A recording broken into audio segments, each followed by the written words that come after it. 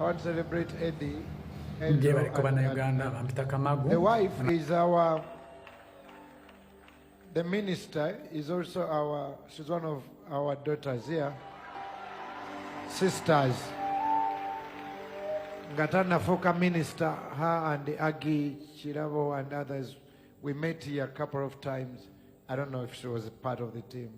So no kwebaza Eddie, because bamugambye atwaleyo abantu batono nnyo twanga byakyama naye ngenzo zuuka ku makyanga buli omu abimanyi. Naye neewuunyizza nnyo Eddie Kenzo bwe yanoonyeza abamwerekera nze omu ku baabaddeyo. You can take off the photo, please, now. May God bless their marriage. Lwakuba nayiseewo mangu mu bifaananyi si kati nyina okweyogerako nti bana nabaddeyo. Mumanye nti ndabika ndi important. Thank you, Eddie Kenzo. Eddie namuyizeeko okukola emikwano, and the father to the bride is a good man, and he loves the Lord. Balokole ddala ennyumba eyo, balokole ddala.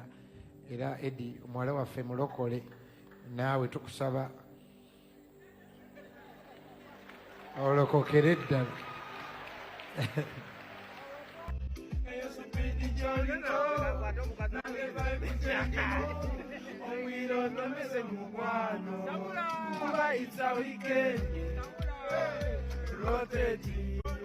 So baby reset it, jagala mind to refresh weekend, rotate it.